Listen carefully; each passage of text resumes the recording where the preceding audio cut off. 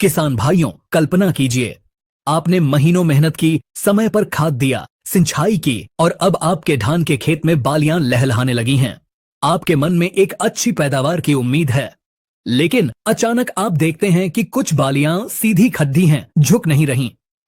कुछ दानों पर काले भूरे धब्बे हैं और जब आप दानों को दबाते हैं तो उनमें दूध की जगह सिर्फ पानी या हवा निकलती है। ये सब देखकर आपका दिल बैठ जाता है। आपकी सारी मेहनत पर पानी फिरता हुआ नजर आता है। जानते हैं इस तबाही का जिम्मेदार कौन है? यह है धान की फसल का एक अदृश्य शत्रु, एक छिपा हुआ दुश्मन जिसे हम पैनिकल माइट या धान की बाली की मकद्दी के नाम से जानते हैं।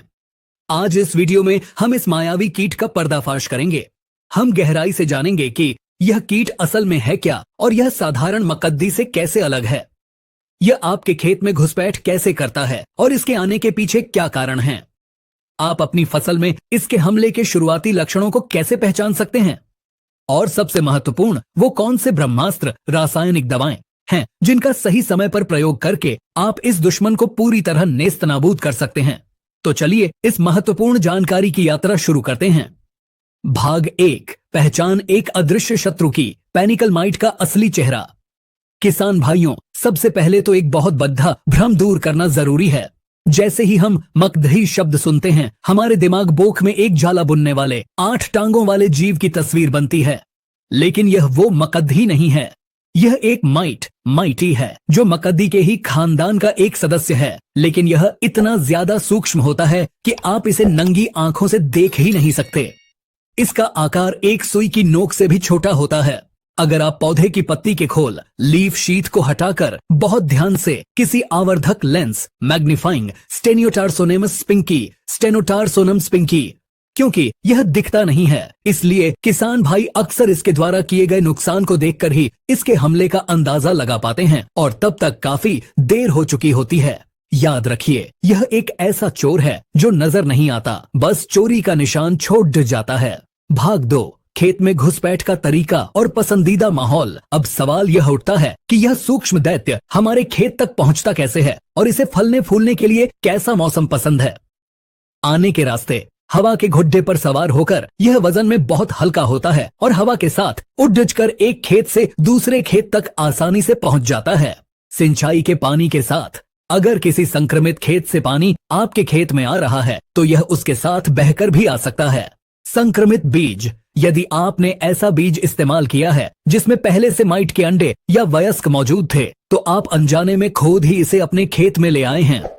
कृषि यंत्र और मजदूर, एक खेत में काम करने के बाद जब ट्रैक्टर, कंबाइन या मजदूर बिना साफ सफाई के दूसरे खेत में जाते हैं तो यह उनके साथ भी चिपक कर चला जाता है। फसल के अवशेष, कटाई के बाद खेत में बचे धान के ठूंठ या पुआल में यह जिंदा रहता है और अगली फसल का इंतजार करता है। पसंदीदा माहौल, रेसिपी फॉर डिजास्टर, इसे पनपने के लिए एक खास तरह का माहौल चाहिए होता है। तापमान, 25 से 35 डिग्री सेल्सियस का तापमान इसके लिए स्वर्ग जैसा है। नमी, आर्द्रता, 80% से 90% की भारी नमी। मौसम, जब आसमान में बादल, यहां तक कि सबसे नाइट्रोजन का अंधाधुंध प्रयोग। जिन खेतों में यूरिया का इस्तेमाल जरूरत से ज्यादा होता है, वहां पौधे मुलायम हो जाते हैं और इस कीट का हमला कई गुना बढ़ जाता है। यह यूरिया इसके लिए दावत की तरह काम करता है। मुख्य रूप से धान की गबोट अवस्था, बूटिंग स्टेज में, यानी जब बाली तने के अंदर बन रही होती है, उस समय अगर ऐसा मौसम बन जाए तो समझ लीजिए कि पैनिकल माइट के हमले का खतरा चरम पर है।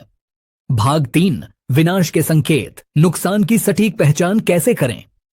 किसान भाइयों, अब उस हिस्से पर आते हैं जो सबसे जरूरी है। आप कैसे पहचानेंगे कि आपके खेत पर इस अदृश्य शत्रु ने धावा बोल दिया है। इसके लक्षण 2 चरणों में दिखाई देते हैं।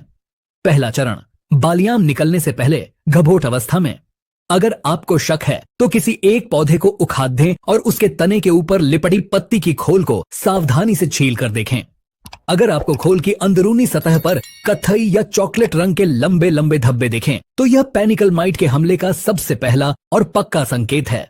इसी जगह पर ये लाखों की संख्या में रहकर अपना भोजन चूसते हैं। दूसरा चरण, बालियां निकलने के बाद के लक्षण। 1, दानों पर काले धब्बे, बालियों पर कुछ दाने पूरी तरह से या कहीं कहीं से काले, भूरे या चॉकलेटी पड़ी एज जाते हैं। ऐसा लगता है जैसे उन पर राख या धूल मल दी गई हो। 2, बालियों की शक्ल बिगड़ना, बालियां पूरी तरह से मटमैली और बदरंग हो जाती हैं। उनका आकार भी सामान्य न होकर टेढ़ा मेढ़ा और विकृत हो सकता है। 3. पौंछे या खोखले दाने। यह कीट दानों के अंदर बन रहे दूध रस को चूस लेता है। जब आप प्रभावित दानों को उंगलियों से दबाएंगे तो वे पिचके हुए, खाली और पौंछे महसूस होंगे। 4. बालियों का अकद्दोकर सीधा खद्दा रहना।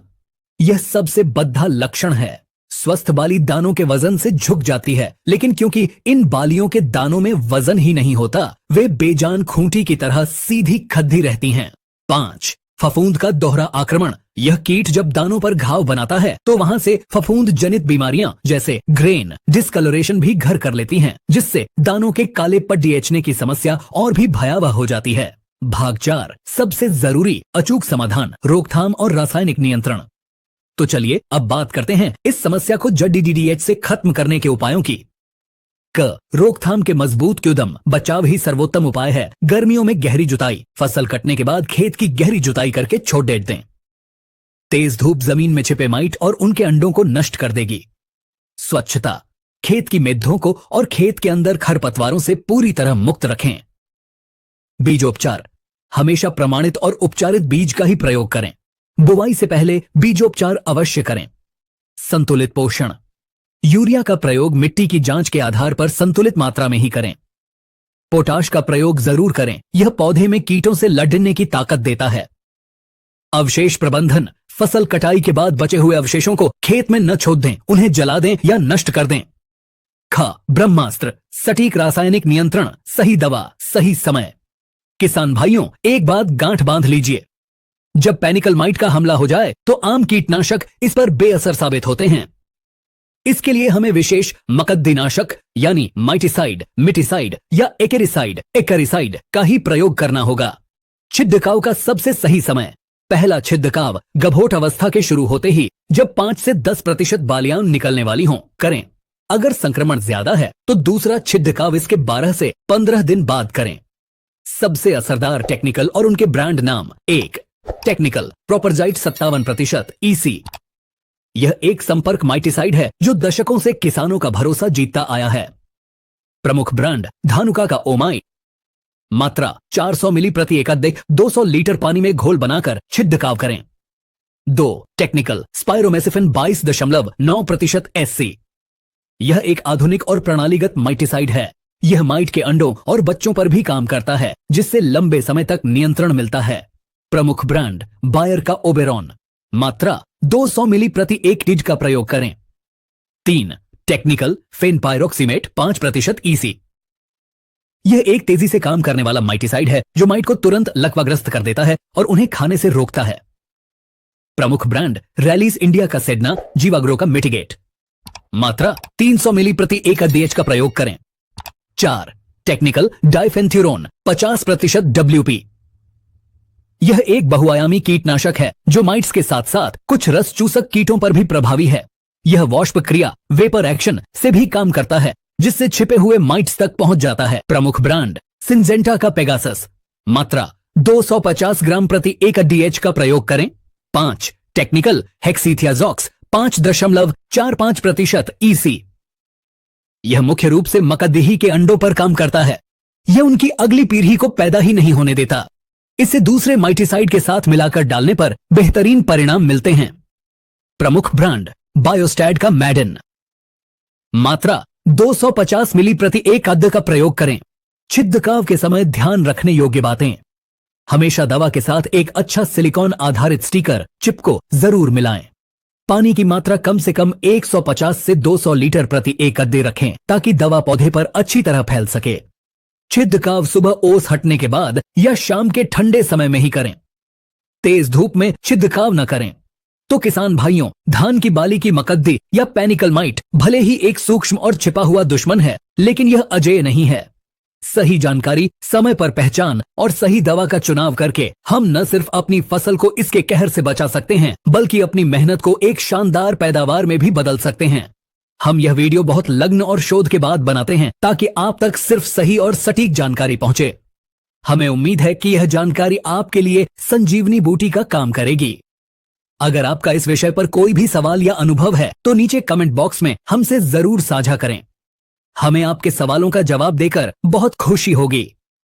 अगर आपको यह वीडियो ज्ञानवर्धक लगा हो तो कृपया इस वीडियो को एक लाइक दें और घंटी के बटन को भी दबा दें। इस वीडियो को अपने दूसरे किसान भाइयों के साथ शेयर करना न भूलें, क्योंकि ज्ञान बांटने से ही बढ़ता है। अगले वीडियो में फिर मिलेंगे एक नई जानकारी के साथ। तब तक के लिए धन्यवाद।